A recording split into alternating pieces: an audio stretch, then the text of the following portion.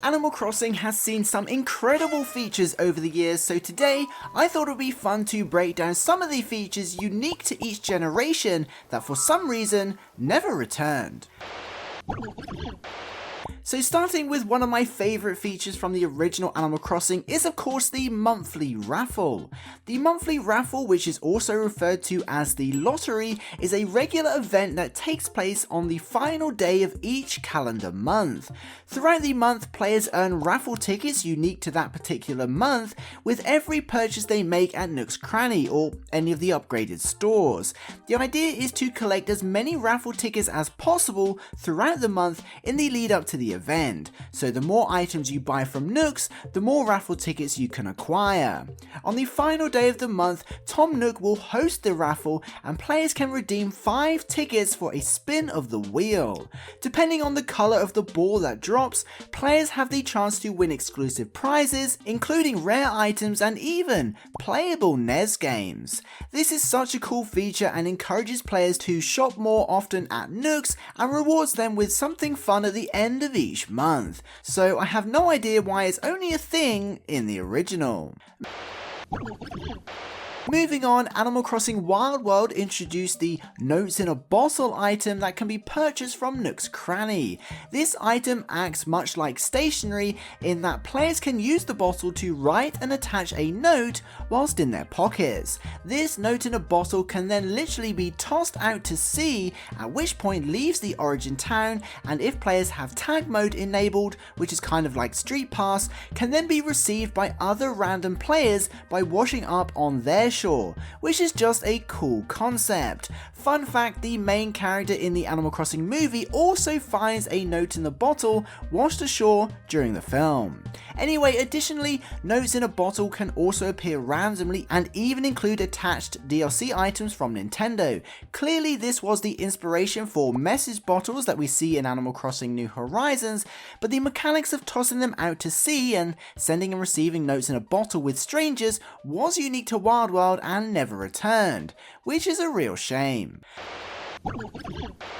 Nook's Cranny is of course the iconic store we know and love and appears in every Animal Crossing game. Just like other games, Nook's Cranny can be upgraded to Nook and Go, then upgraded again to Nook Way, and finally to Nookingtons every time a specific milestone is reached. This is the case in most Animal Crossing games, with the exception of New Horizons for some reason.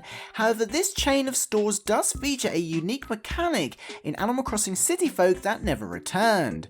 After a player has spent months playing and finally upgraded to Nookingtons, Tom Nook will actually ask the player if they are happy with the store that's available in town and offer a downgrade. So if they wish to, this unique mechanic allows the player to then downgrade the current store to a previous Nook's Cranny shop. You might wonder what the point of this is, and other than aesthetically, the only real reason is the amount of items the store has available at any one time, such as more or less carpets or flowers for example, but also the variety of opening times available from each store. For example, Nook and Go has the longest opening hours and doesn't close until 1 AM, which makes it the perfect store for late summer nights when you're out bug hunting. Don't worry, in another 30 days, Tom Nook will ask again and the shop can be re-upgraded. You could probably consider this mechanic the predecessor of what became town and island ordinances in later games, which is probably why it never returned. That said, it's a very cool mechanic built around a fun interaction, so it's a shame it doesn't feature in any other Animal Crossing game.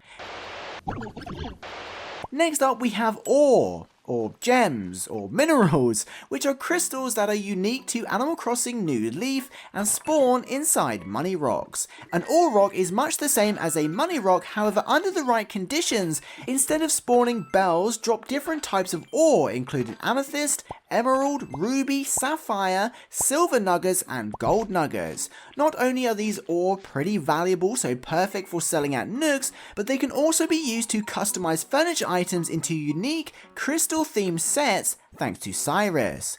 The Polka Dot Furniture series is a great example of this, as it can be customized using any of the ores found in the game, including the amethyst customization, the emerald customization, the ruby customization, the sapphire customization, the silver nugget customization, and finally the gold nugget customization, which is super cool and all exist alongside the countless customization options that already exist for each furniture series.